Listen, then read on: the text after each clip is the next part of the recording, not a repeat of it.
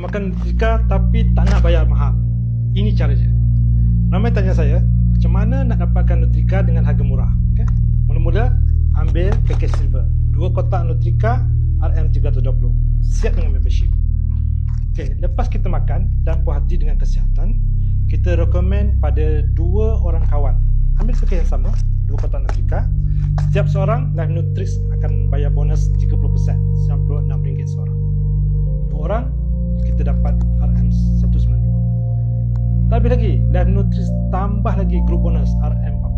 So, jumlah bonus yang kita dapat ialah RM238. So, sekarang kira mudah. RM320 tolak RM238. Kos sebenar kita makan Nutrika tinggal RM82 saja.